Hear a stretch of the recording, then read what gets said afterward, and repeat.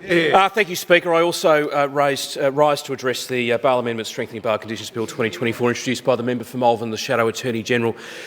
Speaker, there is a very clear difference between the government side of the House and this side of the House, and that is that we acknowledge that there's a problem in this state.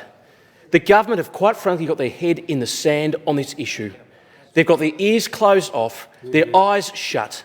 They don't even recognise that there is an issue in the first place, and yet there are people around this state, Victorians around this state, mums and dads, grandparents, aunties, uncles, Victorians, living in fear for their safety because of the circumstance that this government has created. Now, this bill that the member for Malvern is seeking to introduce this morning, and it's within his right to do so, to take leadership as the state's alternative Attorney-General, to do so in the absence of government leadership on this matter. Where's the government?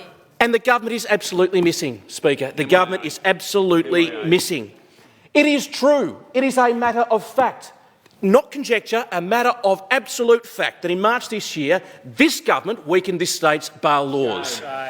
They rose the white flag of defeat when it came to sending a strong message to those Victorians who seek to do other Victorians harm, that it was okay, that it was going to be okay, that they were going to get away with it.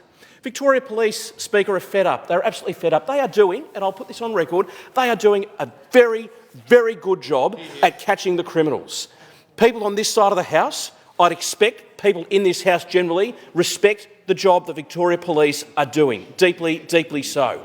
They catch the crooks, they bring them before a bail justice, and they let them out.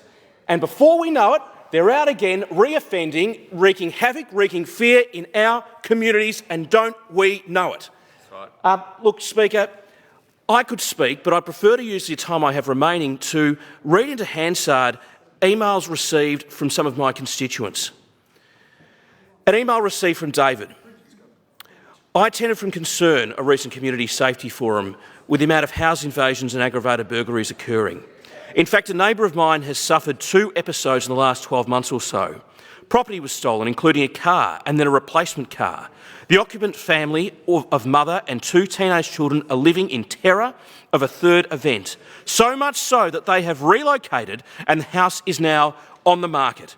This is the impact, says David, of inadequate protections of the community by the justice system that hands out meaningless penalties to the perpetrators. Graham, Speaker, says to me, everyone in Bayside has either experienced invasion, theft or knows someone who has been affected. It is essential that the bail laws are tightened back to where they were. People in the community know it. People in the community know that under this government, bail laws were weakened.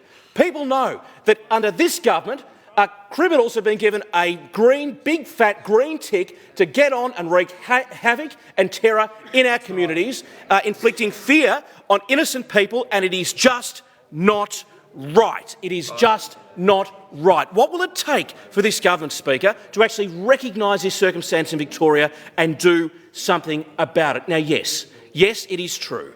The Youth Justice Bill 2024 is expected to be debated in this place a little bit later today.